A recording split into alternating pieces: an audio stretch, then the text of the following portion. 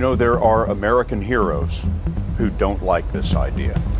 Neil Armstrong, Gene Cernan have both testified against commercial spaceflight in the way that you're developing it, and I wonder what you think of that. I was very sad to see that, because those guys are, those guys are heroes of mine, so it's really tough. You know, I wish they would come and visit and see the hardware that we're doing here. And I think that would change their mind. They inspired you to do this, didn't they? Yes. And to see them casting stones in your direction. It's difficult. Did you expect them to cheer you on? Certainly hoping they would. What are you trying to prove to them? What I'm trying to do is to make a significant difference in spaceflight and help make spaceflight accessible to almost anyone. One of the most difficult choices I've ever faced in life was in 2008. I think I had maybe $30 million left, or $30 or $40 million left in 2008. I had two choices.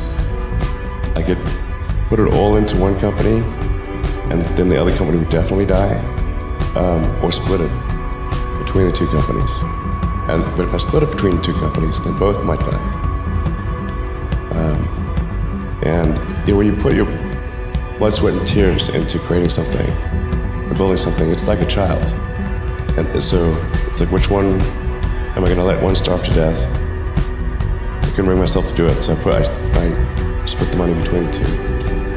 Fortunately, thank goodness, they both came through. What was your biggest failure, and how did it change you? Well, there's a ton of failures along the way, that's for sure. As I said, for SpaceX, the first 3 launches failed. And we actually were just barely able to scrape together enough parts and money to do the 4th launch. If that 4th launch had failed, we would have been dead. So multiple failures along the way. I tried very hard to get the right expertise in for SpaceX. I tried hard to find a great chief engineer for the rocket, but the good chief engineers wouldn't join, and the bad ones, well, there was no point in hiring them. So I ended up being chief engineer of the rocket. So if I could have found somebody better, then we would have maybe had less than 3 failures. That 3rd failure in a row, did you think, I need to pack this in? Never. Why not? I don't ever give up. So many people tried to talk me out of starting a rocket company. It was crazy. One good friend of mine collected a whole series of videos of rockets blowing up and made me watch those. He just didn't want me to lose all my money. We're doing these things that seem unlikely to succeed, and we've been fortunate, and at least thus far they have succeeded. Now is the time to take risk. You don't have kids. As you get older, your obligations increase. And once you have a family, you start taking risk not just for yourself, but for your family as well. It gets much harder to do things that might not work out. So now is the time to do that before you have those obligations. So I would encourage you to take risks now. Do something bold. You won't regret it. How did you figure you were going to start a car company and be successful at it? Well, I didn't really think Tesla would be successful. I thought we would most likely fail. But I thought that we at least could address the false perception that people had that an electric car had to be ugly and slow and boring like a golf cart. But you say you didn't expect the company to be successful, then why try? If something's important enough, you should try, even if the probable outcome is failure. Or how do you think about making a decision when everyone tells you this is a crazy idea? Or where do you get the internal strength to do that? Well, first of all, I'd say I actually think I feel fear quite strongly. So it's not as though I just have the absence of fear. I feel it quite strongly.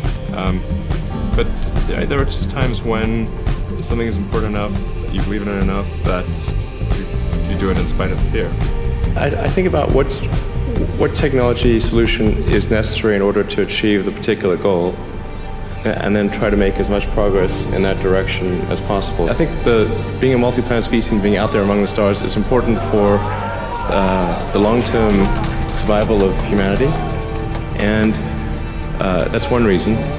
But then the part that I find personally most motivating is that it creates a sense of adventure, and it makes people excited about the future.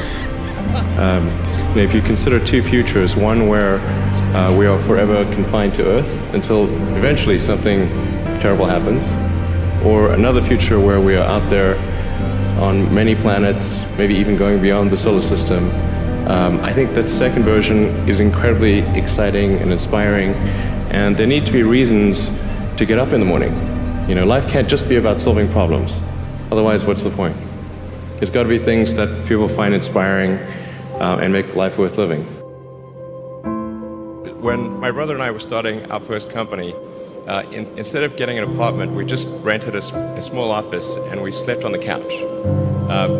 And we showered at the YMCA.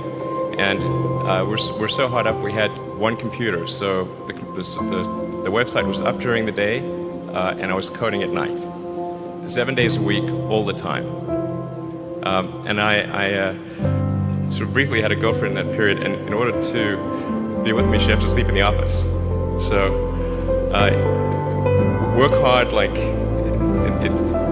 every waking hour. That's the thing I would say, particularly if you're starting a company.